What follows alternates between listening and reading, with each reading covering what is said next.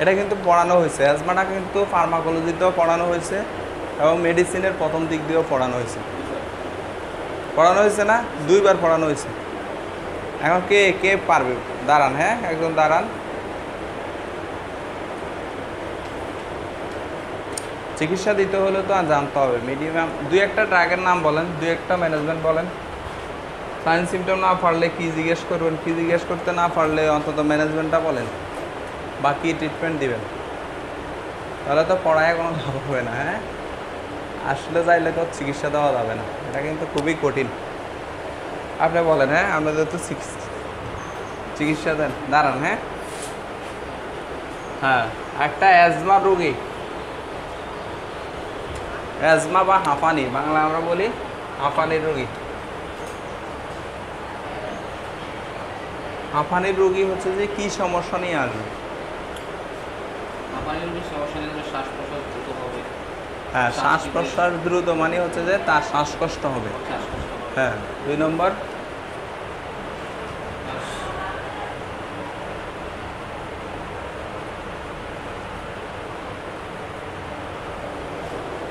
শ্বাসকষ্ট। এগুলো লিখে রাখেন, হ্যাঁ লিখে রাখেন, কারণ হচ্ছে যে লিখে রাখলে এগুলো কাজে লাগবে।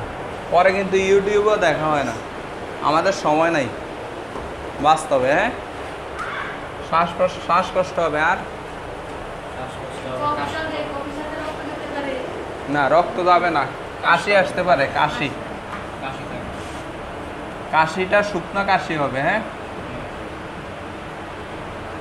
কফ আসবে না, শুকনো কাশি হবে, কফ আসবে না।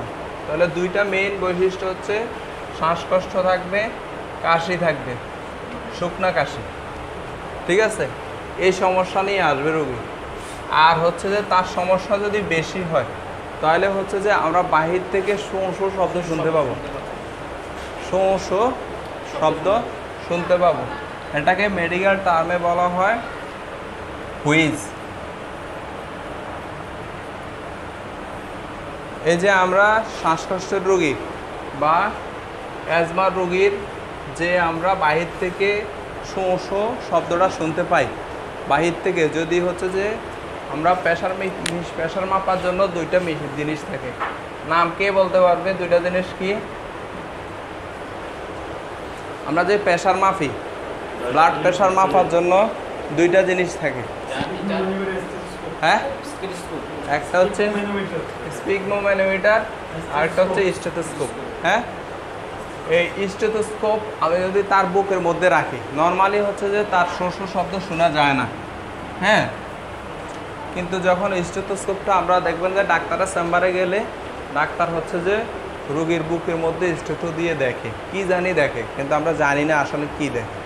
এখানে অনেক কিছুই দেখা যায়, তার মধ্যে একটা জিনিস হচ্ছে যে রংকাই। হ্যাঁ, এগুলা টার্মগুলো রেখে রাখেন। হ্যাঁ, হুইজ হচ্ছে যেটা হচ্ছে যে আমরা স্টেথোস্কোপ দেওয়া ছাড়া, স্টেথোস্কোপ দেই নাই, দেওয়া ছাড়াই আমরা বাইরে থেকেই শব্দটা শুনতে পাই, তখন সেটাকে বলা হয় হুইজ। আর যখন আমরা বাইরে থেকে এমনি শোনা যায় না, কিন্তু যখন আমি স্টেথোটা দিলাম, দেওয়ার পরে হচ্ছে যে শব্দটা শোনা যায়, তখন সেটাকে আমরা বলবো রংকাই। ঠিক আছে, তাহলে কোনটা হুইজ কোনটা রংকাই আপনি বলেন, যে কোনটা হুইজ কোনটা রংকাই? যেটা আমরা বাহির থেকে শব্দ শুনতে পারবো, স্টেথোস্কোপের প্রয়োজন হবে না, ওটা হুইজ।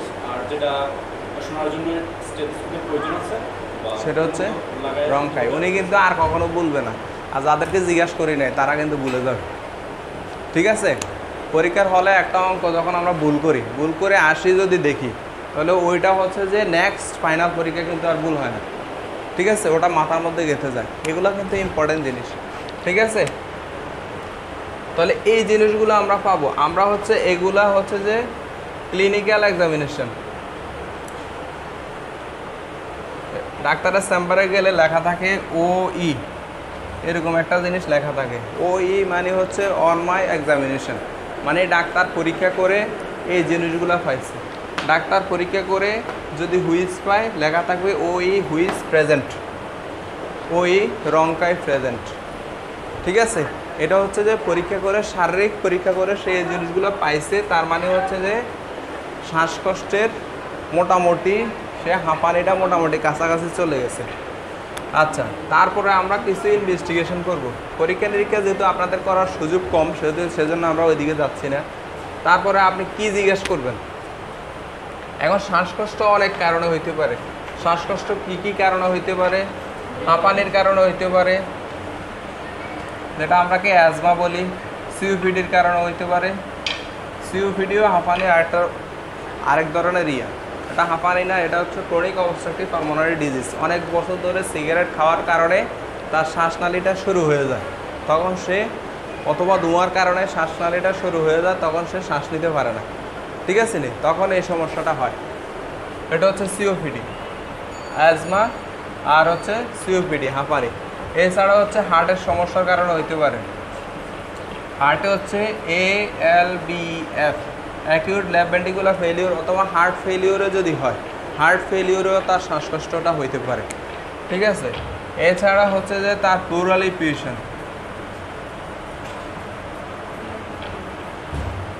প্লুরাল ইফিউশন মানে হচ্ছে যে তার ফুসফুসের আবরণে ভিতরে, ফুসফুসের কাভারের ভিতরে যদি কোনো পানি জমে, তখন সেটাকে বলা হয় প্লুরাল ইফিউশন। আরও অনেক কিছুই আছে, তবে এগুলো হচ্ছে যে ইম্পর্টেন্ট, এগুলো মনে রাখার।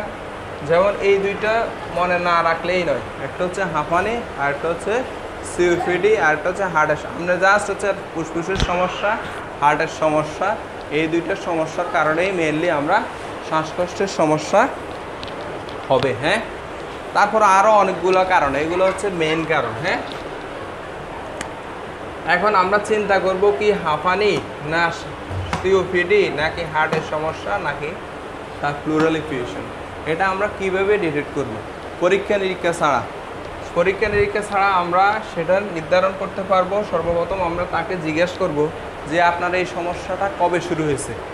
সে যদি বলে যে বাচ্চাকাল থেকে শুরু হয়েছে বা এর আগে অনেকবারই হয়েছে, ঠিক আছে, মন্টিগ্লুকাস্ট খাইলে ভালো থাকে, এরপরে আবার শুরু হয়, ধুলাবালিতে গেলে শুরু হয়, ধুলাবালি থেকে আসলে আবার ভালো থাকে, তারপরে হচ্ছে যে কিছুদিন বা 6 মাস ভালো থাকে, আবার 6 মাস শীতকালীন মৌসুমের সমস্যা হয়, গরমকালে আসলে ভালো থাকে, ধুলাবালিতে গেলে সমস্যা হয়, ধুলাবালিতে গেলে ভালো হয় এই ধরনের। আর হচ্ছে যে সে কোনো সিগারেট এই ধরনের কিছু খায় না, এই ধরনের যদি হিস্ট্রি দেয় তাহলে আমরা বুঝবো এটা হাঁপানির সমস্যা। এবং সাথে তার জ্বর সর্দি কাশি এগুলো নাই, জ্বর সর্দি কাশি এগুলো নাই।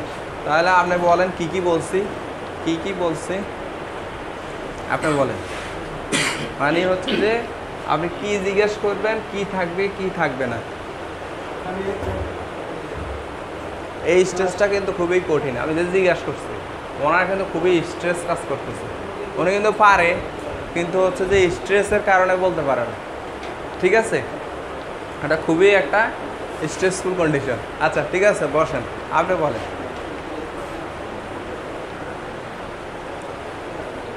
আপনি কি জিজ্ঞেস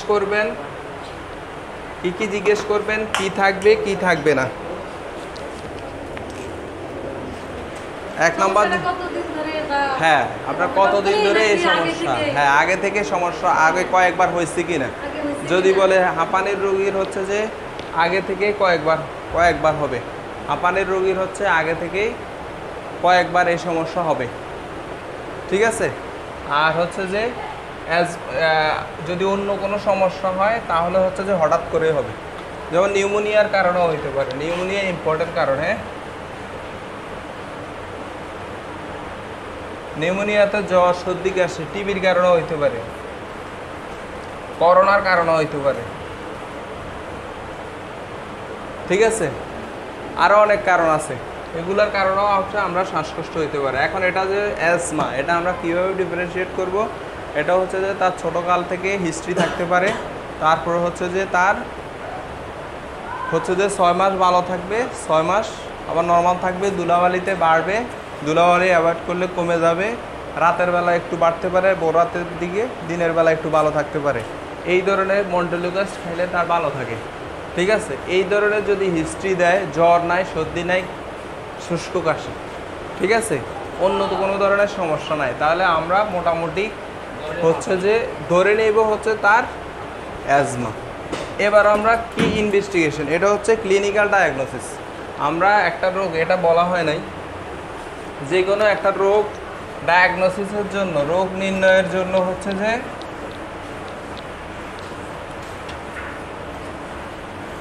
বসেন, হ্যাঁ দুজন বসেন, 3টে স্টেপ। আপনি যে কোনো একটা রোগ নির্ণয় করতে হলে অবশ্যই 3টে স্টেপ পার করতে হবে। 3টে স্টেপ পার করার পরে আপনি রোগ নির্ণয় করতে পারবেন। ঠিক আছে? 3টে স্টেপের মধ্যে 1 নাম্বার স্টেপ হচ্ছে যে আপনি হিস্ট্রি নিতে হবে। হিস্ট্রি মানে কি? হিস্ট্রি হচ্ছে যে আপনার এই সমস্যাটা সম্পর্কে আপনার ডিটেলস জানতে হবে। কখন শুরু হয়, কখন অফ হয়, কখন ব্যথাটা, কখন সমস্যাটা বাড়ে, কখন সমস্যাটা কমে, কি খাইলে বাড়ে, কি খাইলে কমে। ঠিক আছে? কত বছর ধরে আছে, এই সংক্রান্ত এক এক রোগের এক এক কোশ্চেন করবেন, রোগ অনুযায়ী আপনি কোশ্চেন করবেন।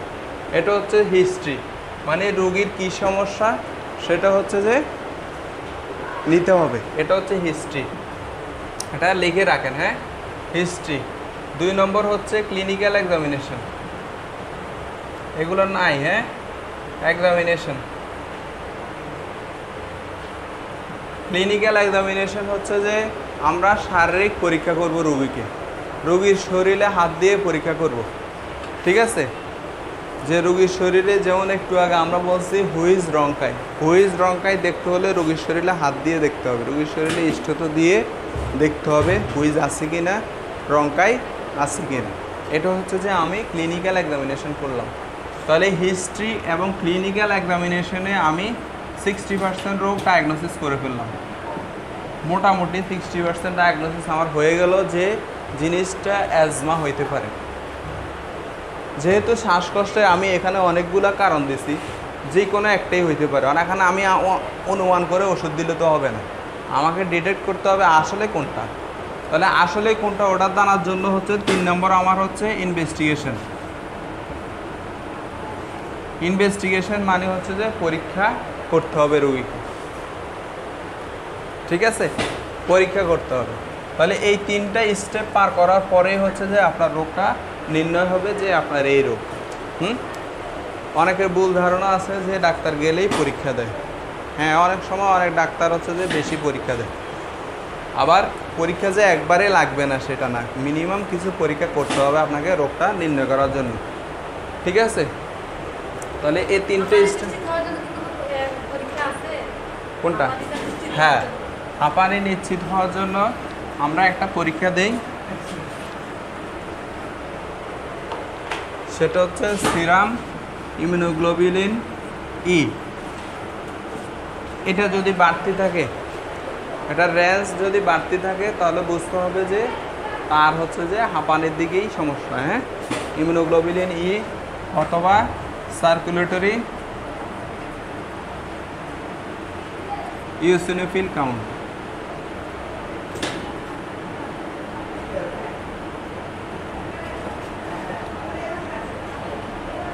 Circulatory eosinophil count. আর আরেকটা হচ্ছে যে এটা মেশিন দিয়ে করে, lung function test, LFT, lung function test. এই পরীক্ষাগুলো করলেই আমরা বুঝতে পারবো যে এটা কি অ্যাজমা, সিওপিডি, নাকি হার্টের সমস্যা, না প্লুরাল ইনফিউশন, নাকি নিউমোনিয়া, না টিবি। ওগুলোর জন্য আলাদা আলাদা পরীক্ষা। প্রত্যেক যে এটা এই পরীক্ষাগুলো করছি আমরা শুধু অ্যাজমা যখন ডাক্তার মনে করবে তার অ্যাজমা, তখন কিন্তু এই পরীক্ষাগুলো করা হবে। কিন্তু ডাক্তার যদি মনে করে তার হার্টের সমস্যা, তখন কিন্তু পরীক্ষা এটা আসবে না, পরীক্ষা অন্যগুলো হবে। ঠিক আছে? হ্যাঁ, শুধু অ্যাজমার জন্য হচ্ছে আমরা এগুলা করব। এগুলা করে যদি অ্যাজমার পক্ষে রিপোর্ট আসে, তাহলে আমরা ডিরেক্ট লিখে দিব তার অ্যাজমার সমস্যা। ঠিক আছে? না, ইমিউনোগ্লোবিউলিন, ইমিউনোগ্লোবিউলিন, হ্যাঁ, আর সার্কুলেটরি ইওসিনোফিল কাউন্ট, আর হচ্ছে লাং ফাংশন টেস্ট।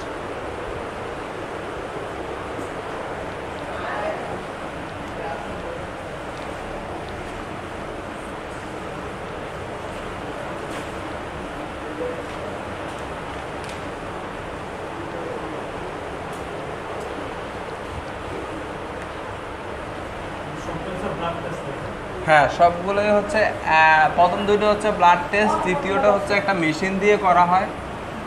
ওটার ভিতরে ফু দেয়, ফু দিলে হচ্ছে যে বোঝা যায় যে আসলে আপনার লাংয়ের ক্যাপাসিটি কতটুকু। হ্যাঁ, চেস্ট এক্সরেতে হচ্ছে যে আপনার অ্যাজমাতে চেস্ট এক্সরে তেমন অ্যাবনর্মাল ফাইন্ডিং থাকে না, চেস্ট এক্সরেতে নর্মাল থাকে। নিউমোনিয়া বা অন্য অন্য সমস্যাতে হচ্ছে যে নিউমোনিয়া অথবা সিওপিডিতে ফাইন্ডিং পাওয়া যায়, চেস্ট এক্সরেতে অ্যাজমার ফাইন্ডিং তেমন থাকে না। ঠিক আছে, ওই যে ঘুমাইতেছে, ওই যে স্টুডেন্ট ঘুমাইতেছে, পরে অনলাইন পরে ভিডিও দেখবে, এখন ঘুমায়। হ্যাঁ হ্যাঁ হ্যাঁ, হঠাৎ করে হচ্ছে যে ফুসফুসে কাশি আর হচ্ছে কফ আসে, সেটা হচ্ছে জেনারেল কাফ। হ্যাঁ, সেটা হচ্ছে যে তার কাফ, সেটা তার হচ্ছে যে হাঁপানি না, এটা সিজনাল কাফ। ঠিক আছে, হ্যাঁ হ্যাঁ, এটা হচ্ছে সিজনাল কাফ। এটা হচ্ছে যে আমরা যদি ইয়া হয় তাহলে ড্রাই কাফ হবে, হ্যাঁ, শুকনো কাশি। ঠিক আছে, আর প্রোডাক্টিভ কাপ মানে হচ্ছে যে তার ভিতরে কোনো ইনফেকশন হয়েছে, ইনফেকশনের কারণে ওখানে কফ জমে এটা বের হচ্ছে। ঠিক আছে, তখন হচ্ছে যে ভালো হয়ে যায়।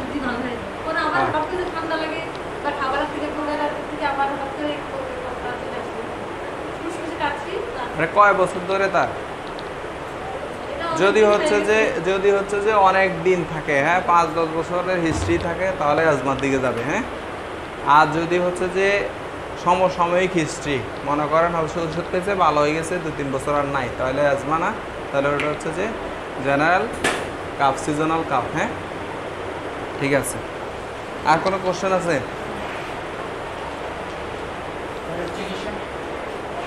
হ্যাঁ, চিকিৎসা। এবার ট্রিটমেন্টে আসি। ট্রিটমেন্টটা হচ্ছে যে এটার মেন ট্রিটমেন্ট হচ্ছে যে আমরা ওরাল না, এটা হচ্ছে যে আমরা ইনহেলার দিব। ইনহেলার অনেকগুলো আছে, মেনলি অ্যাজমাসল দেওয়া যায়, তারপর হচ্ছে যে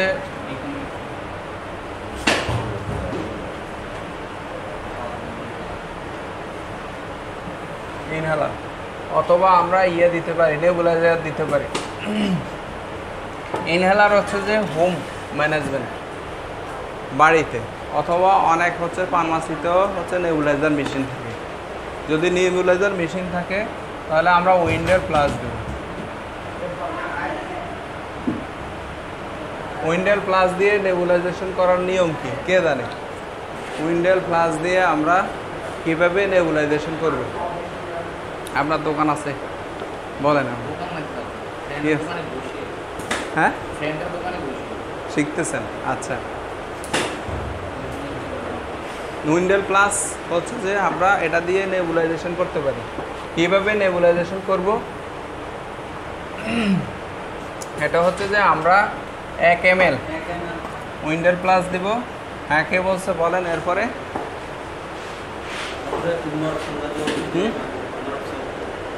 হ্যাঁ, নর্সল কতটুকু দিব? 2 ml। এই যে ফাটছে, হ্যাঁ, 2 ml নর্মাল স্যালাইন অথবা নর্সল। ঠিক আছে, নর্মাল স্যালাইন দিব।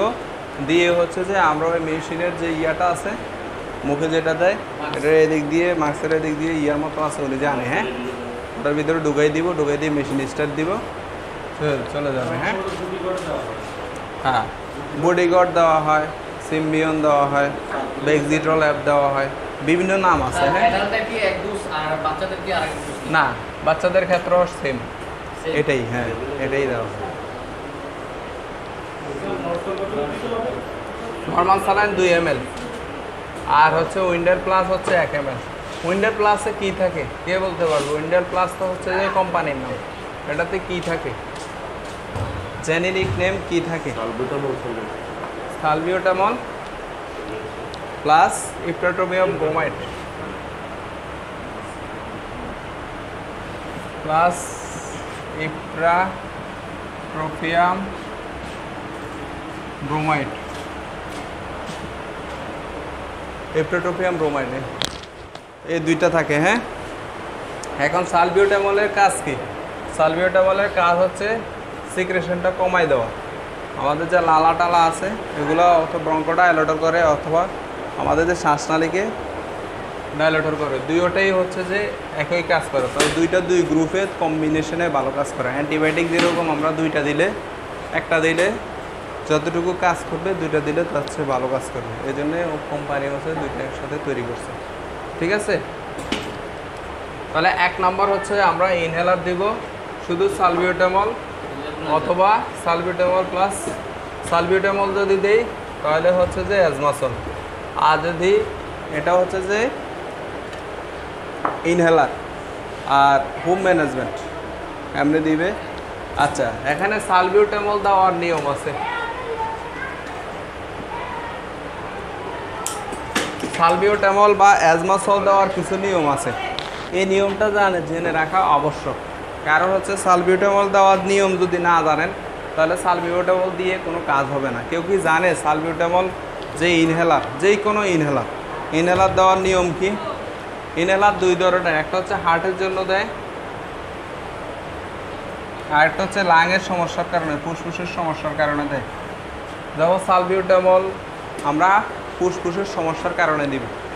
এখন এটা কিভাবে দিব কেউ বলতে পারবে? নিঃশ্বাস দাঁড়ান, আপনি দাঁড়ান। হ্যাঁ, দাঁড়াইতে কি দাঁড়ায় কারো কি আনইজি লাগে? আমি যদি দাঁড় করাইলে এটা হাইলাইট হয়, ফোকাস যায় ওনার দিকে। ঠিক আছে, হ্যাঁ বলে ব্যাস ছোট, দাঁড়াইতে সমস্যা হয়। কোম্পানি বড় হইলে ব্যাস বড় বড় করে দিবে। ঠিক আছে, হ্যাঁ সালবুটামল ইনহেলার ব্যবহার করার আগে নিঃশ্বাসটা বড় করে টান দিয়ে বন্ধ করে তারপরে ইনহেলারটা চাপ দিয়ে নিয়ে নিঃশ্বাসটা ছাড়তে হবে। হ্যাঁ, মোটামুটি ক্লিয়ার না? কথা ক্লিয়ার? আপনি কি বুঝছেন? জোরে বলেন দেখি ওনারা বুঝে কিনা। ইনহেলার সালবুটামল ইনহেলার ইউজ করার পূর্বে রুগী নিঃশ্বাসটা বড় করে নিতে হবে। বড় করে নিলাম, নিয়ে নিঃশ্বাসটা বন্ধ করে ইনহেলারটা 2 চাপ নিতে হবে। নিয়ে নিঃশ্বাসটা বন্ধ করে চাপ দিলাম। 1 মিনিট বা আধা মিনিট বন্ধ করে রেখে তারপরে নিঃশ্বাসটা ছাড়তে হবে। আচ্ছা, এখানে শুনে কে? উনি ভালো শুনে। আপনি কি শুনছেন? পিছন দিকে তো শোনা যায় না মনে হয়। আপনি কি শুনছেন বলেন?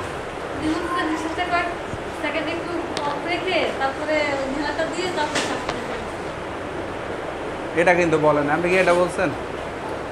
ইনহেলারটা নেওয়ার পরে আবার শুনেন, 30 সেকেন্ড অফ রাখতে হবে, অফ রাখার পরে ছাড়তে হবে। আবার শুরু থেকে বলেন। সালবুটামল ইনহেলারটা নেওয়ার পূর্বে রুগী নিঃশ্বাসটা বড় করে টান দিয়ে নিয়ে তারপরে বড় করে টান দিয়ে নিল। হ্যাঁ, তারপর নেওয়ার পরে ইনহেলারটা 2 চাপ ইউজ ইনহেলারটা 2 চাপ নিল। ইনহেলারটা ভিতরে নিয়ে নিঃশ্বাসটা যতটুকু বন্ধ রাখা যায় তারপরে নিঃশ্বাসটা ছাড়তে হবে। এবার বলেন কি বলছে?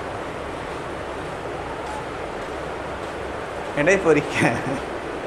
হ্যাঁ হ্যাঁ, বন্ধ রাখবে। উনি তো বলছে জোরে শ্বাস নিবে তারপর বন্ধ রাখবে।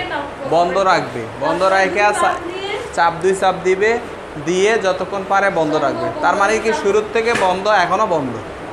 জিনিসটা কিন্তু এরকম না। হ্যাঁ, আপনার ঠিক আছে, আপনাকে যে কেউ কাউন্সিলিং করছে, কিন্তু কাউন্সিলিংয়ের মধ্যে একটু ভুল আছে।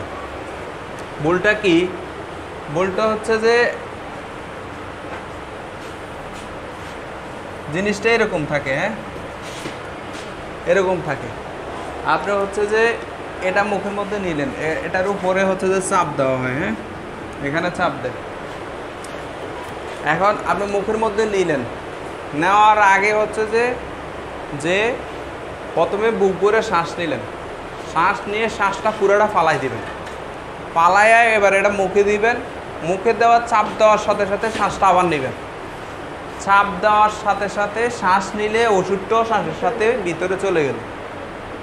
ভিতরে যাওয়ার পরে এইবার যতক্ষণ পারেন বন্ধ রাখেন। কথা হচ্ছে এটা।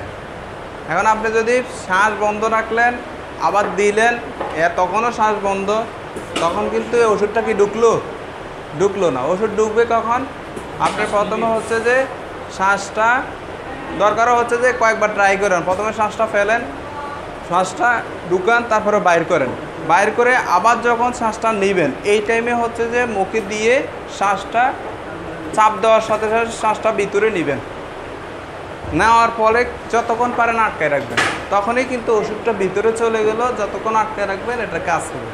কিন্তু অনেকে কি করে দিয়ে সিগারেট যেভাবে টানে, একবার হুয়ায় আবার বের করে, আবার হুয়ায় আবার বের করে, এভাবে কিন্তু সালবিউটামল কাজ করবে না, আপনার দেওয়া আর না দেওয়া সমান। তাহলে কিন্তু এগুলোর দাম অনেক বেশি, 200-300 টাকা এক একটা। হ্যাঁ, তো এত টাকা দিয়ে আপনি ইনহেলার কিনলেন, কিন্তু পরবর্তীতে করবো আর কাজ তো হয় নাই।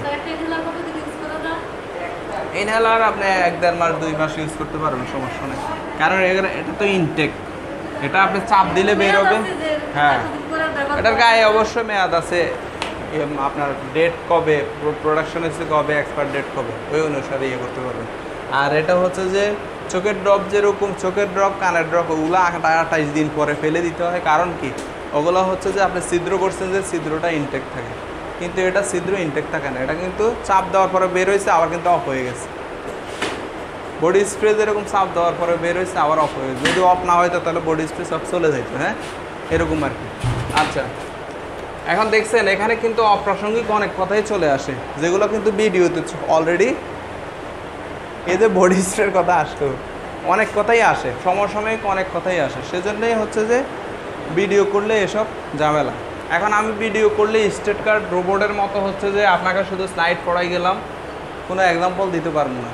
সেইভাবে ভিডিও করলে করা যায়, কিন্তু সেভাবে আপনাদের ক্লাস এফেক্টিভ হবে না। ঠিক আছে, আমি যদি স্টেট কার্ড ওই ভিডিওর কথা নলেজে রাখি, যে ভিডিও আমার এখানে ভিডিও হচ্ছে, আমার কোনো সমস্যা হইতে পারে বা এই ধরনের তখন কিন্তু মন খুলে ক্লাস নেওয়া যায় না। ঠিক আছে, আচ্ছা, তারপরে আসেন, আচ্ছা বসেন। হ্যাঁ,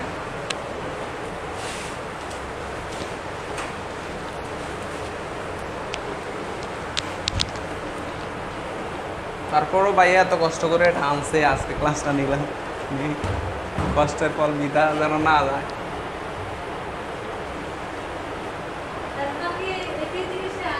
হ্যাঁ, আরও আছে। ইনহেলার নিলাম, ইনহেলার তো দিলাম আপনার সালবিউটামল, ইপ্রাটোপিয়াম ব্রোমাইড। এটাও যদি কাজ না করে তাহলে আমরা স্টেরয়েড দিব, টফিক। এগুলো কিন্তু হচ্ছে যে লোকাল স্টেরয়েড, যে জায়গায় সমস্যা আমি ওই জায়গায় দিচ্ছি, এগুলো সাইড এফেক্ট কম। ঠিক আছে, যদি আমি মুখে স্টেরয়েড দিই তখন সেটার সাইড এফেক্ট বেশি। হ্যাঁ, তাহলে আমরা ইনহেলার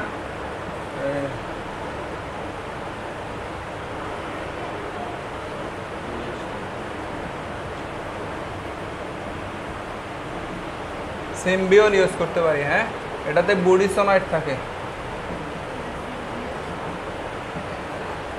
বুডিসোনাইড স্টেরয়েড থাকে। হ্যাঁ, স্টেরয়েড। যখন আমার সালবিউটামল, ইপ্রাটোপিয়াম ব্রোমাইড কাজ না করে, তখন আমরা স্টেরয়েডের দিকে যাব। এটা হচ্ছে স্টেপ ওয়াইজ ম্যানেজমেন্ট। ঠিক আছে, তারপরে হচ্ছে প্রথমে আমরা হচ্ছে যে যদি অ্যাট ফার্স্ট আমরা তাকে একটা মন্টিলুকাস দিব। হ্যাঁ, অথবা মোনাস্টেন দিব। মোনাস্টেনে যদি সে ভালো থাকে তাহলে ইনহেলার টিনহেলার এগুলো হচ্ছে, তবে মেডিকেল ম্যানেজমেন্ট অনুযায়ী হচ্ছে যে সর্বপ্রথম হচ্ছে ইনহেলার, তারপরে হচ্ছে যে আমরা মেডিকেল ট্রিটমেন্ট দেব। কিন্তু হচ্ছে যে আপনার কাছে, আপনি যেহেতু বললে চিকিৎসা করবেন, আপনার কাছে ইনহেলার নিবে না, দিলেও নিবে না, তবু ডাক্তারের পরামর্শ নিয়ে তারপরে ইনহেলার দিবে। ঠিক আছে, সেজন্য হচ্ছে সর্বপ্রথম যে অ্যামকাস্ট অথবা মন্টিলুকাস্ট, মোনাস্টেইন। হ্যাঁ, মোনাস্টেইন দিবেন। আর মোনাস্টেইন দিয়ে যে 1 সপ্তাহ পরে আবার আসতে বলবেন, যে 7 দিন পরে আপনি দেখা করবেন। যদি 7 দিন পরের মধ্যে সে ভালো হয়ে যায়, মোনাস্টেইনেই রেসপন্স করে, তাহলে আর ড্রাগ বাড়ানোর দরকার নেই। যদি মোনাস্টেইনে রেসপন্স না করে তাহলে আমরা থিওফাইলিনে যাব। Theo band SR 300 milligram. ঠিক আছে, ওটা হচ্ছে যে আমরা রাতে একবেলা দিব। মোটামুটি এই দুইটা দিলেই হচ্ছে, ওরাল ড্রাগ দিলে হচ্ছে 75-80% লোকেরই রেসপন্স করে। হ্যাঁ, ভালো থাকে। থিওফাইলিন, থিওফাইলিন, থিওফাইলিন আছে, যেমন ডকোপা অনেক ইউজ করে। ডকোপা, ডকোপা, হ্যাঁ, অথবা ডক্সিব্যাক। হ্যাঁ, এটা হচ্ছে ডক্সিফাইলিন। দুটোটা কিন্তু একই গ্রুপের ড্রাগ, একই, হ্যাঁ অ্যামিনোফাইলিন, থিওফাইলিন, ডক্সোফাইলিন একই গ্রুপের ড্রাগ। তার মধ্যে হচ্ছে যে অ্যামিনোফাইলিন থেকে থিওফাইলিনটা কাজ মানে হচ্ছে যে ভালো ইউজ করে বেশি, কারণ হচ্ছে অ্যামিনোফাইলিনের ডোজ হচ্ছে 3 বেলা, থিওফাইলিন 2 বেলা দিলেও চলে, ডক্সোফাইলিন হচ্ছে যে 1 বেলা দিলেও চলে। এজন্য যেমন আমরা যখন অনেক কিছু চিন্তা করতে হবে, আমরা যখন ম্যানেজমেন্ট দিব তখন অনেক কিছুই চিন্তা করতে হবে। যেমন একজন লোকের হচ্ছে জ্বর সর্দি কাশি নিয়ে আসছে বা স্কিনের কোনো সমস্যা নিয়ে আসছে, আমি চাইলে তাকে ক্যাপসুল ফ্লুক্লক্স দিলাম, ফ্লুক্লক্স 500 মিলিগ্রাম দিলাম। এখন ফ্লুক্লক্স যদি আমাকে দিতে হয় তাহলে তাকে অবশ্যই 4 বেলা দিতে হবে, 4 বেলা। এখন 4 বেলা যদি দেই, একটা ট্যাবলেটের দাম 10 টাকা, 4 বেলা তার যাইতেছে 40 টাকা, এবং তাকে 4 বেলা ওষুধ খাইতে হইতেছে 4 বার ওষুধ খাইতে হইতেছে, টাকা লাগতেছে 40 টাকা। এখন সেই জায়গায় যদি আমি তাকে জিম্যাক্স দেই, যদি জিম্যাক্স ওখানে কাজ করে তাহলে তার খাইতে হইতেছে 1 বেলা, টাকা লাগতেছে 35 টাকা, তাহলে তার টাকাও কম লাগতেছে, ওষুধও কম খাওয়া লাগতেছে, কাজও ভালো করতেছে। তাহলে সেজন্য হচ্ছে যে চিকিৎসা করতে হলে অনেক কিছুই চিন্তা করতে হবে। 1 নম্বর হচ্ছে আপনার যে ওষুধটা দিলেন, যে রুগীকে দিলেন সে কি এটা কিনে খাইতে পারবে কিনা। 2 নম্বর হচ্ছে যে তাকে যে দিলেন সে এত বেলা খাইতে পারবে কিনা, এটা হচ্ছে কম শর্টে কম ডোজে ওষুধ আছে কিনা, ঠিক আছে। সেজন্য অনেকগুলা একটু চোখ কান খোলা রেখেই চিকিৎসা করতে হবে। তাহলে ডকোপা দিলাম, ডক্সিফাইলিন দিলাম, তারপরও যদি না কমে লাস্ট কোনটা, ডক্সিফাইলিন বলা হয়েছে, আরেকটা আছে অ্যামিনোফাইলিন। অ্যামিনোফাইলিন বেশি ইউজ করা হয় না, কারণ ডোজ বেশি ইয়ে করা হয়। যেমন এজিথ্রোমাইসিন অ্যাভেলেবেল, কিন্তু ইরোমাইসিন অ্যাভেলেবেল না। কেন?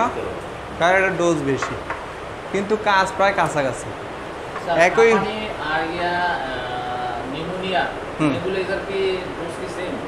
Dose same. নেবুলাইজেশনের ক্ষেত্রে যে কোনো কিছু, করোনার নেবুলাইজেশন দেন, উইন্ডার প্লাস দিয়ে যদি দেন, করোনার দেন, নিউমোনিয়ার দেন, হাঁপানির দেন, যারে দেন ওই এক নিয়ম। 1 ml হচ্ছে উইন্ডার প্লাস, আর হচ্ছে যে 2 ml হচ্ছে নর্মাল স্যালাইন, ঠিক আছে।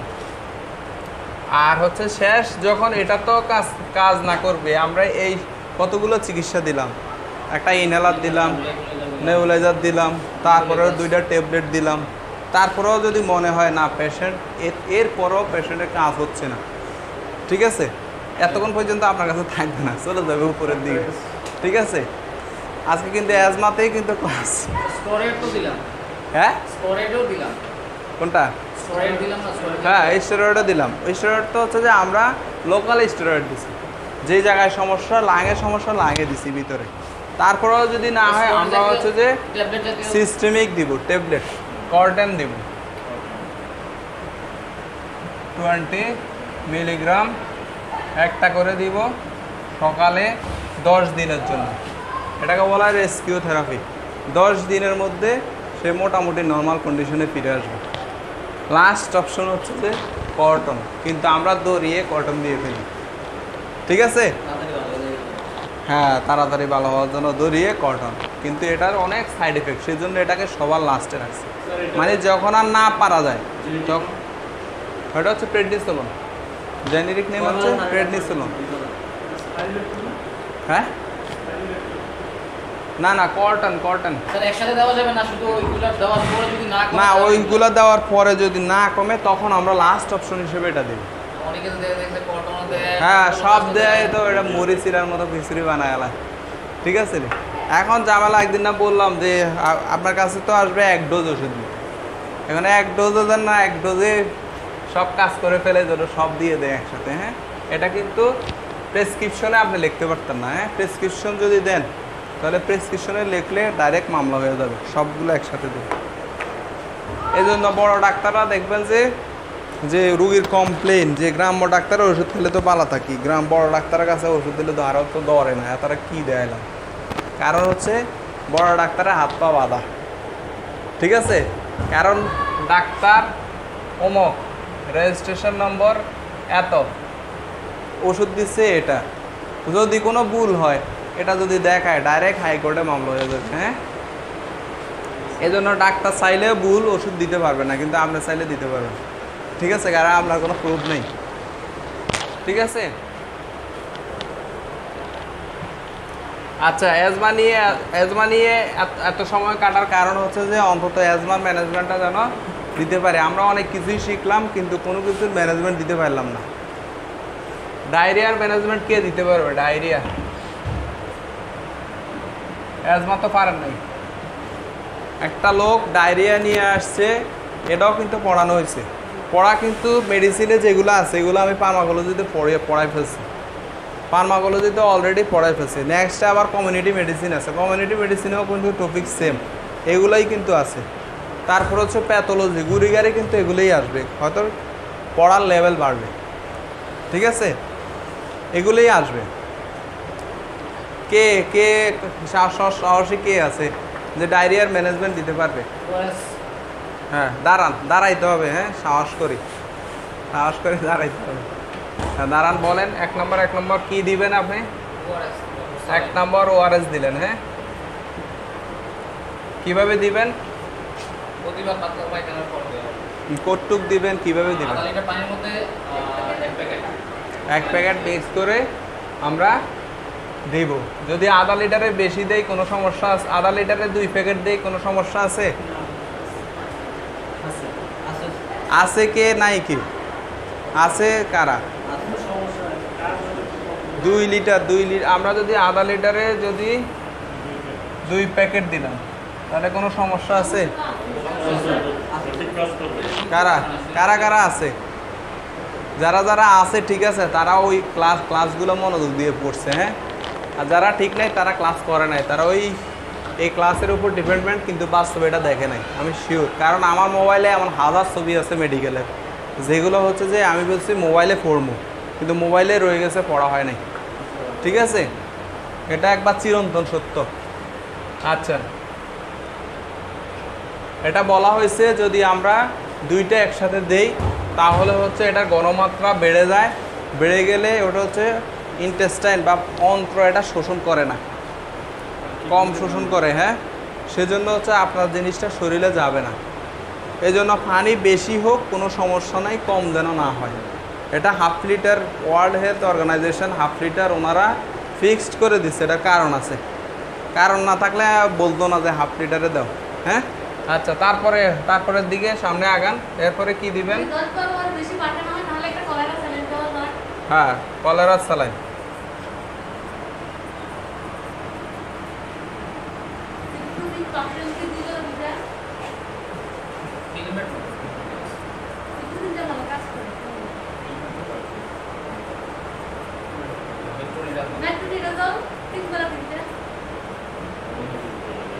ঠিক আছে, মোটামুটি এটা দিলে হচ্ছে যে অ্যান্টি স্পাজমোটিক দিয়েন না, অ্যালজিন, অনেকে অ্যালজিন দেয়। হ্যাঁ, অ্যালজিন না দেওয়াই ভালো।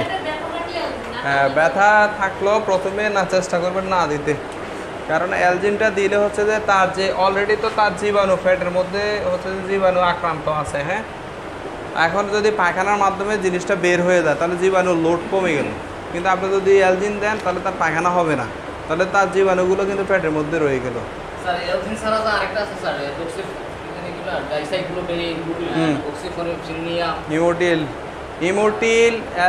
ইমোটিল তারপরেও দেওয়া যায়। ইমোটিল না দেওয়াই ভালো, কারণ ইমোটিল দিলে হচ্ছে যে অনেক সময় ইন্টেস্টাইনাল অবস্ট্রাকশন, মানে হচ্ছে যে তার ফ্যাট ফাঁপা শুরু হয়, এই ফ্যাট ফাঁপার কারণে তার 10-15 দিন পায়খানা হয় না, মানে হচ্ছে এটার জন্য সার্জারিও করতে হয় না সময়, ঠিক আছে?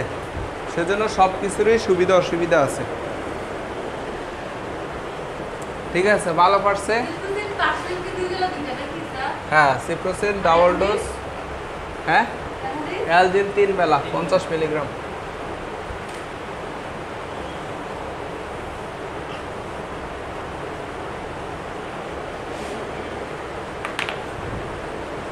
আচ্ছা, রেবিস রেবিস পড়ানো হয়েছে, হ্যাঁ এগুলোই। রেবিসের ম্যানেজমেন্ট কি, কিভাবে বুঝবো, কে বলতে পারবে? হ্যাঁ, যদি ম্যানেজমেন্ট না করি কি হবে? রেবিস মানে কি বাংলায় আমরা কি বলি? জলাতঙ্ক। হ্যাঁ, রেবিসের ম্যানেজমেন্ট না করলে কি হবে? ম্যানেজমেন্ট কি দিব বলেন, একজন বলেন, এটা পড়ানো হয়েছে। ইনজেকশন দিব। কি ইনজেকশন দিবেন? রেবিসের টিকা দিবেন। হ্যাঁ, রেবিসের টিকা দিব। কুকুরে কামড় দেওয়ার সাথে সাথেই আমরা হচ্ছে কোথায় পাওয়া যায় এই টিকা? ফার্মেসিতে পাওয়া যায়, সদর হসপিটাল, যে কোনো সদর হসপিটালে পাওয়া যায়, উপজেলা স্বাস্থ্য কমপ্লেক্সে পাওয়া যায় না। ঠিক আছে, এটা ইম্পর্টেন্ট। আপনার কাছে যাবে সর্বপ্রথম হচ্ছে যে রেজিস্টার্ড ডাক্তারের কাছে যাওয়ার আগে আপনার কাছে যাবে যে কুকুরে কামড় দিচ্ছে কী করবে। হাল পড়া, পানি পড়া এগুলাতে কোনো কাজ হবে না, বুঝে বলতে হবে রোগীকে যে এগুলাতে কোনো কাজ হবে না। ডিরেক্ট আপনি ভ্যাকসিন দেন। ভ্যাকসিন কই পাবেন? সদর হসপিটালে। এই ইনফরমেশনটা আপনার কাছ থেকে সর্বপ্রথম নিবে। নেওয়ার ফলে রোগী এবার চিন্তা করবে তার কলিগ, বন্ধু বান্ধবের মধ্যে কেউ এমবিবিএস ডাক্তার আছে কিনা, তাকে ফোন দিবে। ফোন দিয়ে সেও যখন বলবে যে আপনি রেবিস টিকা দেন, তখন বলবে যে এত তো অনেক কিছু জানে। ঠিক আছে, ডাক্তার, ঠিক আছে, ডাক্তার জানে। ঠিক আছে, আচ্ছা। তার আগে স্যার এই আমাদের যে প্রাথমিক চিকিৎসা, হ্যাঁ, প্রাথমিক চিকিৎসা তো জানে, উনি ভালো জানে। আপনি বলেন প্রাথমিক চিকিৎসা। হ্যাঁ,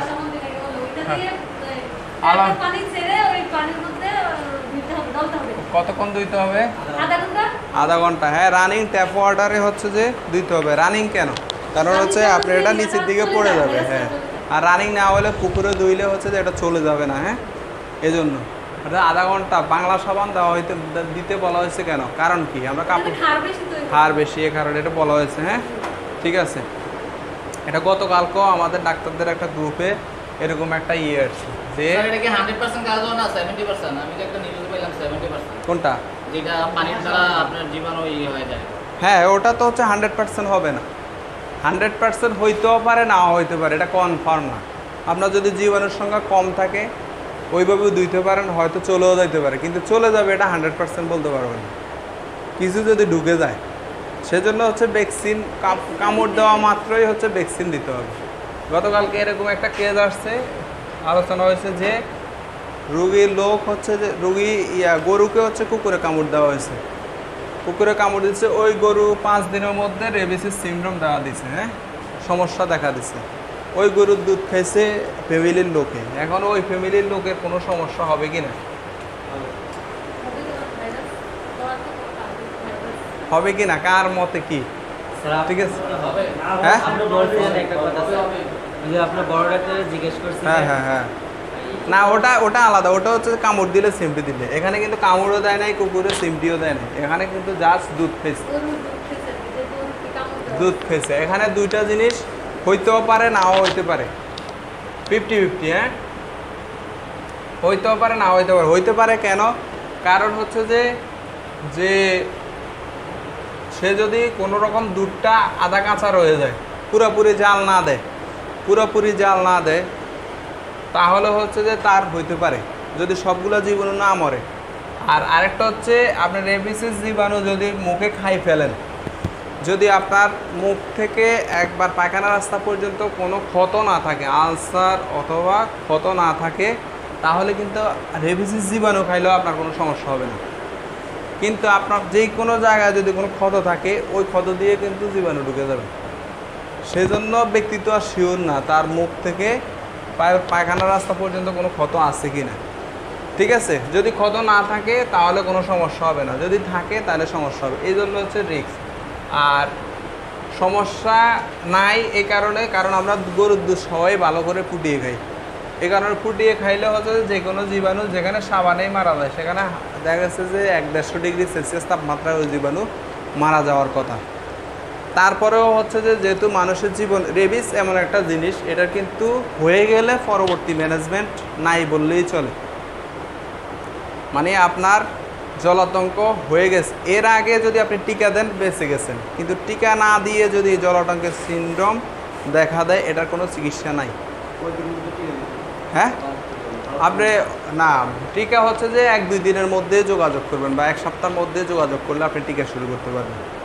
তো যত দ্রুত সম্ভব আপনি যোগাযোগ করবেন, ঠিক আছে? কারণ বিশেষ করে 10 থেকে 15 দিনের মধ্যে এটার সিমটম দেখা দেয়। হ্যাঁ, আচ্ছা। অনেক সময় সিমটম এক একজনের ক্ষেত্রে এক রকম, কোন জায়গায় কামড় দিয়েছে সেটার উপর নির্ভর করে।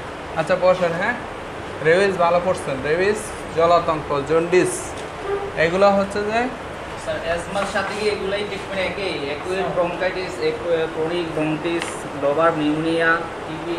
আচ্ছা, নিউমোনিয়াটা ইম্পর্টেন্ট। হ্যাঁ, নিউমোনিয়ার চিকিৎসা।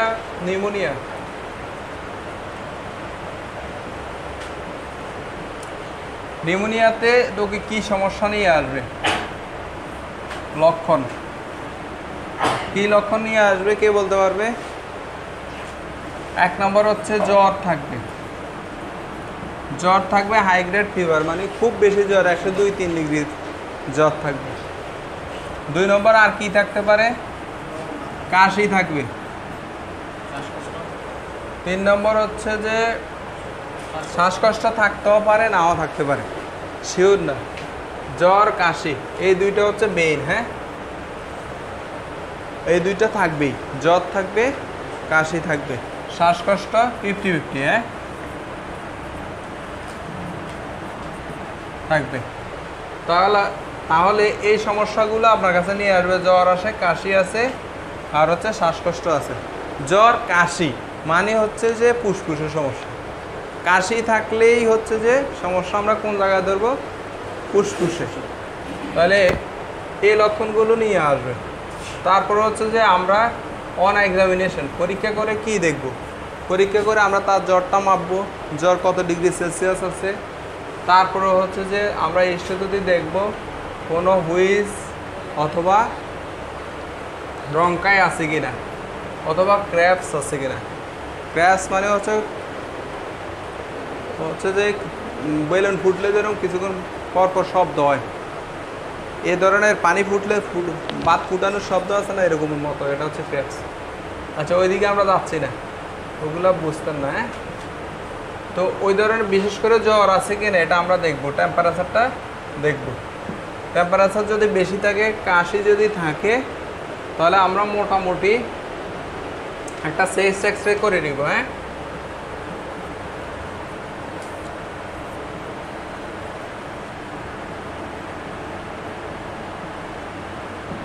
লিখতে হলে এভাবে লিখতে হবে।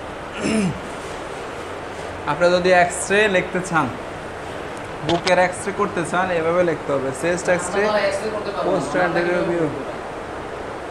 আপনি প্রাথমিক ম্যানেজমেন্ট দিয়ে দিবেন, এক্সরে পর্যন্ত যাওয়ার দরকার নেই। আর অনেক সময় রোগী এক্সরে নিয়েও আসে, ঠিক আছে? অথবা মুখে বলে দিবেন যে একজন ডাক্তার দেখে।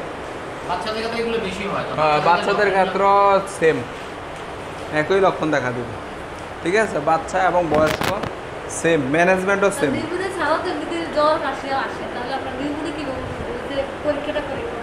জ্বর, কাশি আসলে হচ্ছে যে আপনার ওই আমি যে বললাম হুইজ, ব্রঙ্কাই, ক্র্যাপস, এগুলো আমরা পাবো। স্টোর আপনি যদি বুকের মধ্যে দেন, তাহলে গড় গড় শব্দ শোনা যাবে, শোঁ শব্দ শোনা যাবে। এগুলো দেখলে যদি শুনেন, তাহলে বুঝতে হবে যে যার বুকে ইনফেকশন আছে, বুকে মানে কি ফুসফুসের সমস্যা আছে। আর আরেকটা সিম্পটম, এগুলো সঠিক কিনা জানি না, যে পেটের মধ্যে যে এগুলো শ্বাস প্রশ্বাসের সময় ডেবে যায়। হ্যাঁ, এটা হচ্ছে যে শ্বাস প্রশ্বাসের শেষ সাবকোস্টাল রিসেসিটেশন, সাবকোস্টাল রিসেকশন না কি জানি একটা টার্ম আছে। এটা হচ্ছে যে আপনার বাচ্চাদের যে রিবস আছে, রিবসের মাঝখানে ডেবে যায়। এটা হচ্ছে কারণ হচ্ছে তার শ্বাস নিতে কষ্ট হয়, তাদের ফুসফুস থেকে শ্বাসটা টেনে আনতে পারে না, তখন তার যে মাসেলগুলো নিচের মধ্যে ডেবে যায়, ঠিক আছে? এটা থাকে। তারপর বাচ্চাদের ক্ষেত্রে আরও অনেক কিছু থাকে। হ্যাঁ, ওইগুলা যাবো না আমরা, এখন ম্যানেজমেন্টে আসি। হ্যাঁ, ট্রিটমেন্ট কি দিব? ট্রিটমেন্ট হচ্ছে যে যেহেতু তার হচ্ছে নিউমোনিয়া অনেক কারণে হইতে পারে, ব্যাকটেরিয়াল, ভাইরাল, প্যারাসাইটিক, যে কোনো কারণে হইতে পারে, তবে বেশিরভাগ নিউমোনিয়া হচ্ছে ব্যাকটেরিয়ার কারণ। আর কিছু হচ্ছে যে ভাইরাল, মনে করেন হচ্ছে যে 60% ব্যাকটেরিয়াল আর হচ্ছে 40% ভাইরাল, আর বাকি 40 না 30 বা 20% হচ্ছে ভাইরাল, আর হচ্ছে যে বাকি 1 to 2% হচ্ছে প্যারাসাইট। তো ব্যাকটেরিয়ার যেহেতু বেশি, আর হচ্ছে যে কোনো ইনফেকশন হলে পরবর্তীতে ব্যাকটেরিয়াল ইনফেকশনে কনভার্ট হওয়ার সুযোগ আছে, সেখানে আমরা হচ্ছে যে সর্বপ্রথম ম্যানেজমেন্ট হচ্ছে অ্যান্টিবায়োটিক। তাহলে অ্যান্টিবায়োটিক যেহেতু তার বুকে সমস্যা, তাহলে বুকে ভালো কাজ করে কোন অ্যান্টিবায়োটিক?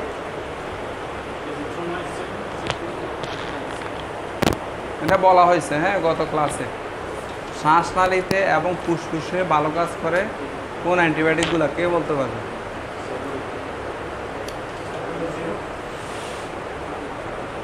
কে বলতে পারবে? হ্যাঁ, এজিথ্রোমাইসিন আছে, এজিথ্রোমাইসিন আছে 2 নাম্বার। সেপ্রাডিন, সেপ্রাডিন কাজ করে তবে অত বেশি না। সিপ্রোসিনও কাজ করে অত বেশি না। মোক্সিফ্লক্সাসিন,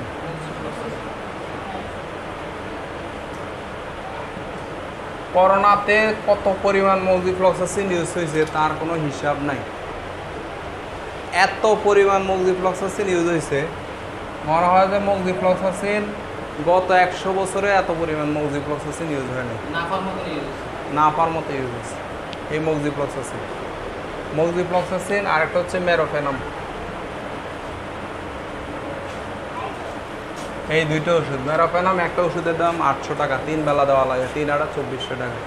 এবার যার করোনা হয়েছে, হ্যাঁ অ্যান্টিবায়োটিক, অ্যান্টিবায়োটিক হ্যাঁ, ইমিফেনাম, আইফেনাম, মেরোফেনাম নামে ট্রেড নেমও পাওয়া যায়, কিন্তু জেনেরিক নেমও মেরোফেনাম। একটা ওষুধের দাম 800 টাকা, 3 বেলা 3 8 2400 টাকা, 14 দিন 21 দিন দেওয়া লাগে। তার মানে হচ্ছে যে এবার যাদের করোনা হয়েছে এবার 2 থেকে 4 লাখ টাকা শেষ। হ্যাঁ,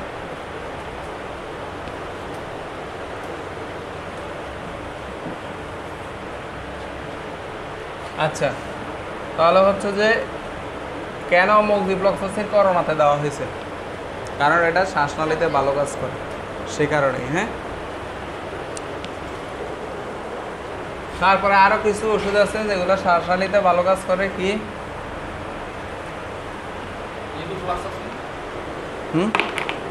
আমি যেভাবে এগুলো পড়াইতেছি অনেকে পড়াবে না। পড়াবে না কেন বলেন তো? কারণ আছে। কারণ কিন্তু 2 দিন পরে আপনি আমার প্রতিদ্বন্দ্বী, ঠিক আছে? এটা কিন্তু এটা আমি যদিও মনে করি না, কিন্তু সবাই মনে করে। আমরা যখন পোস্ট গ্রাজুয়েশন করতে যাই, হ্যাঁ ডাক্তাররা যখন পোস্ট গ্রাজুয়েশন করতে যায়, পোস্ট গ্রাজুয়েশন করতে গেলে প্রফেসররা পাশ করাইতে চায়। পাশ করাইতে চায় না কেন? কারণ পাশ করার পরেই কিন্তু সে প্রফেসর। তখন কিন্তু আগের দিন সে ছিল তার স্টুডেন্ট, পরের দিন সেও প্রফেসর। তখন কিন্তু তার রুগী নিয়ে গেছে, এই কারণে পাশ করাইতে চায় না। এবং এখানে ক্লাস নিতে আসলে অনেকে কিন্তু এভাবে আপনাকে বলবে না এগুলো। কারণ হচ্ছে যে অনেকের মেন্টালিটি থাকে আমি যদি শিখাই ফেলি তাহলে তো সে জেনে গেল, ঠিক আছে নি, তাহলে তো আমার কাছে রুগী আসবে না। তা আমার কাছে হচ্ছে যে এদের কিছু মনে হয় না যে আপনি যতই শিখেন এই 6 মাসে 6 মাসও হচ্ছে যে 10%ও শিখতে পারতেন না। হয়তো আপনি প্রাথমিক ম্যানেজমেন্টগুলো হচ্ছে যে আপনি শিখতে পারবেন, আপনি যে আমাকে ক্রস করে চলে যাবেন এটা যদি আপনি আদিগণও পড়েন সম্ভব না, ঠিক আছে? হ্যাঁ, চিন্তাধারা ভুল। যা প্রফেসর যারা আছে তারা চিন্তাধারা ভুল, সবারই চিন্তাধারা ভুল। লস নাই, হ্যাঁ হ্যাঁ হ্যাঁ, এটাই। এটা আমার কথা বলতেছি না। অনেকেই আপনি দেখবেন ক্লাস নিতে আসবে এগুলো বলবে না, কিন্তু তারা জানে এগুলো। কারণ এগুলো বললে ক্যান্ডিডেট বেড়ে যাবে। ওই যে পরীক্ষা দিতে গেলে যেরকম, যেমন আপনি যখন ইয়ার পরীক্ষা দিবেন, পাবলিক পরীক্ষা দিবেন, নর্মালি স্কুল কলেজের পরীক্ষা দিবেন, কলেজে স্কুলে হয়তো রোল নম্বরে ভ্যালু আছে, কলেজে ভার্সিটিতে এগুলো রোল নম্বরে ভ্যালু নেই। কারণ হচ্ছে যে আপনি যে রোল নম্বরে ভর্তি হয়েছেন ওই রোল নম্বরে আজীবনে থাকবে, যতদিন ওই ক্লাসে থাকবে। তারপরেও ফলো হয় না, দেখায় না, ঘোরা দিয়ে লেখে। কী জন্য? কারণ হচ্ছে হ্যাঁ বেশি মার্ক পাইয়া লাগবে, প্রতিদ্বন্দ্বী বাড়ি যাবে, ঠিক আছে, এটাই হচ্ছে ফ্যাক্ট। তারপরে হচ্ছে যে এজিথ্রোমাইসিন, মোক্সিফ্লক্সাসিন, লেভোফ্লক্সাসিন, এগুলা যদি লেখে রাখতে পারেন, হ্যাঁ, তাহলে হচ্ছে যে আপনি অনেক ভালো চিকিৎসক হইতে, পল্লী চিকিৎসক হইতে পারবেন। আমি যে ক্লাসগুলো নিচ্ছি এগুলো যদি লিখে রাখতে পারেন তাহলে খুব ভালো চিকিৎসক হইতে পারবেন, হ্যাঁ, ভালো ট্রিটমেন্ট আপনার সুনাম করবে 100%। কারণ হচ্ছে যে অন্য ডাক্তার দিবে স্যাফ্রোক্সিম, ঠিক আছে, অন্য পল্লী চিকিৎসক দিবে স্যাফ্রোক্সিম, আপনি দিবেন এজিথ্রোমাইসিন, আপনার কিন্তু 3 দিনের মাথা রেসপন্স করবে, হ্যাঁ 1 সপ্তাহ খাইও ভালো হইতো না, ঠিক আছে।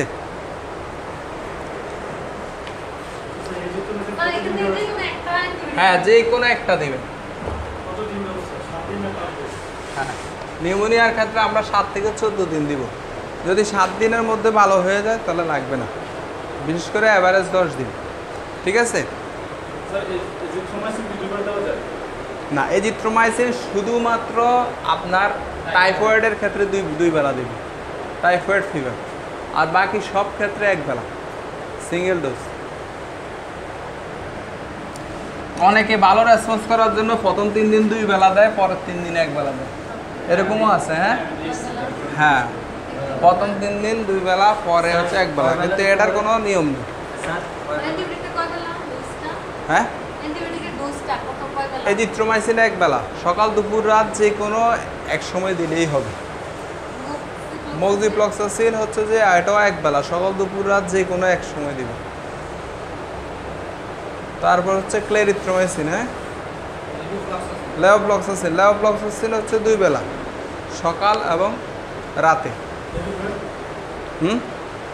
মেরোপেনাম হচ্ছে ইনজেকশন, এটা ওরাল পাওয়া যায় না, সেপ্টেক্সের মতো। হ্যাঁ নেবুলাইজেশন তো ওটা আলাদা। হ্যাঁ হ্যাঁ হ্যাঁ নেবুলাইজেশন তখন বিশেষ করে লাগে না, খুব বেশি সমস্যা হইলে তখন নেবুলাইজেশন। অ্যাজমা সিওপিডির পেশেন্ট বেশি নেবুলাইজেশন লাগে। স্যার এখানে নিউমোনিয়া যদি অ্যাডাল্ট হয় তাহলে